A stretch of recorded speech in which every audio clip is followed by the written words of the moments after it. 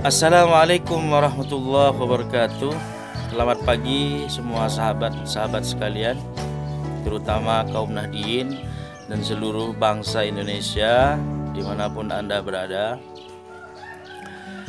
Dalam rangka Muktamar NU yang ke-34 yang dilaksanakan di Lampung ini, setidaknya ada dua kata yang identik dengan muktamar kali ini. Apa itu? Pertama tentang kemandirian, yang kedua tentang peradaban. Kemandirian disebut dengan al-i'timadu 'alan nafsi, atau berdiri di atas kaki sendiri, mandiri. Kemudian peradaban itu disebut dengan hadarah, yaitu satu peradaban yang sifatnya statis, yang sifatnya tidak statis, yang sifatnya dinamis, berubah. Oleh karenanya menjadi sesuatu yang diskursus, selalu diperdebatkan, selalu diucapkan dalam momentum-momentum seminar atau kajian ilmiah.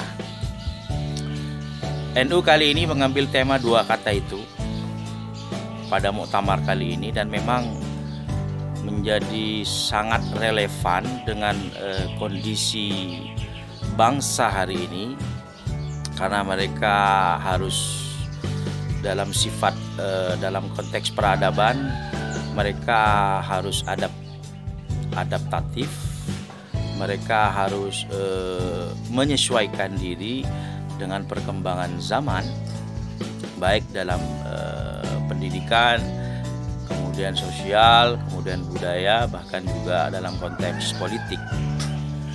Dua kata ini sering diucapkan dalam muktamar kali ini, sehingga saya ingin menjadikan dua kata ini selalu asimilatif, ya, selalu berhubungan antara kemandirian dan juga peradaban. Sepertinya NU ke depan akan berusaha untuk melakukan penguatan di bidang pendidikan, di bidang sosial, politik, dan juga di bidang budaya. Artinya mereka harus al-i'timad ala pendidikan, mandiri di pendidikan, kemudian kemandirian dalam konteks sosial, kemandirian NU juga di dalam budaya dan politik. Kemandirian itu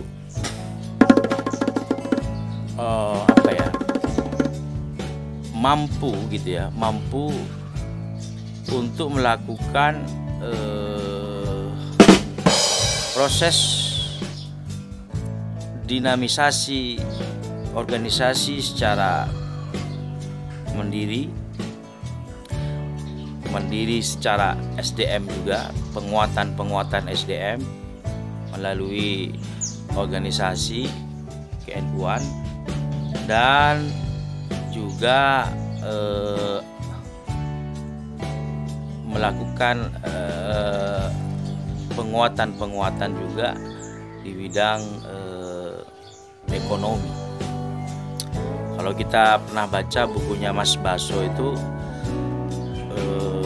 Kiai Hadratus Syekh Kiai Haji Hasyim Asy'ari juga mengatakan bahwa kemandirian menjadi hal yang sangat urgen di dalam proses eskalasi sebuah organisasi, terutama bisa mandiri secara ekonomi. Dalam sebuah diskursus tentang eksistensi, seorang teoretikus barat mengatakan sebuah organisasi atau sebuah masyarakat akan bisa bertahan dan tetap survive bila masyarakat tersebut atau bila organisasi tersebut memiliki kemandirian atau memiliki modalitas modalitas dalam hal kultur, kemudian yang kedua modalitas dalam hal sosial, modalitas juga di dalam ekonomi dan juga simbolik.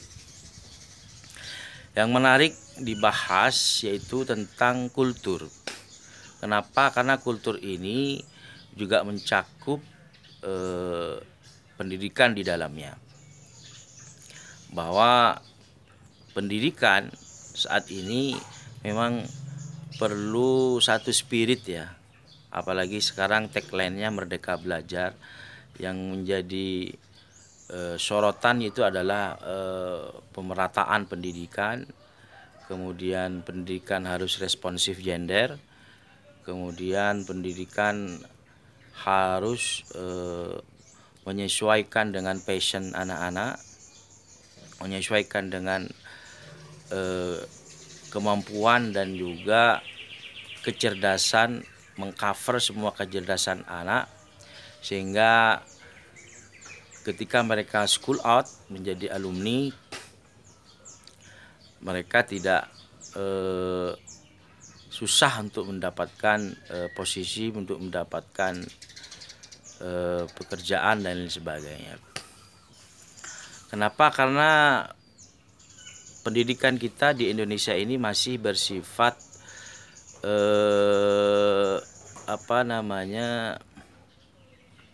masih bersifat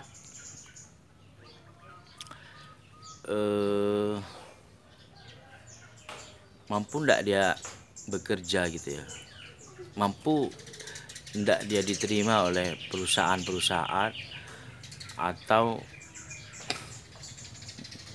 tidak menjadi pengangguran lah, begitu. Itu disebut dengan pragmatisme gitu ya, pragmatisme pendidikan. Artinya pendidikan kita ini masih pragmatis, dan memang seharusnya memang pendidikan itu pragmatis. Pragmatis itu setelah mereka selesai sekolah, mereka mendapatkan pekerjaan, itu dia. Artinya masih pragmatis dan sifatnya kontrak gitu loh. Pragmatis itu kan bagaimana kemudian alumni-alumni itu mampu menyerap lapangan-lapangan pekerjaan gitu loh. Setelah mereka kuliah, mereka dapat apa itu loh, itu pragmatis namanya. Bukan idealis. Kalau idealis, yang penting mereka sudah sekolah dan mendapatkan ilmu pengetahuan, tidak diukur oleh apa yang mereka dapatkan setelah sekolah atau pekerjaan apa yang mereka dapatkan setelah sekolah atau kuliah gitu. Artinya menurut saya tema kemandirian yang dimunculkan di muktamar ini seharusnya menjadi spirit di dalam pemerataan pendidikan, terutama pada konteks pragmatisme pendidikan. Bagaimana anak-anak kita tamat kuliah, tamat SMK misalkan, mereka mendapatkan pekerjaan secara merata gitu ya. Artinya tingkat pengangguran tuh menjadi minim, tingkat pengangguran menjadi sedikit. Kenapa? Karena mereka para alumni memiliki relevansi kognitif ya, relevansi kompetensi di dalam mengisi pos-pos atau sektor-sektor perusahaan, sektor-sektor usaha yang ada di masyarakat. Kemudian peradaban, itu yang saya sebut dengan kemandirian di dalam pendidikan. Bagaimana pragmatisme pendidikan juga bahwa kita masih belum bisa beralih gitu ya, atau masih membutuhkan proses pendidikan yang pragmatis, di mana siswa, di mana para alumni atau para sarjana mereka mampu bekerja setelah mereka kuliah. Kemudian peradaban. Peradaban ini kan sifatnya dinamis, berubah. Setiap masa ada peradabannya.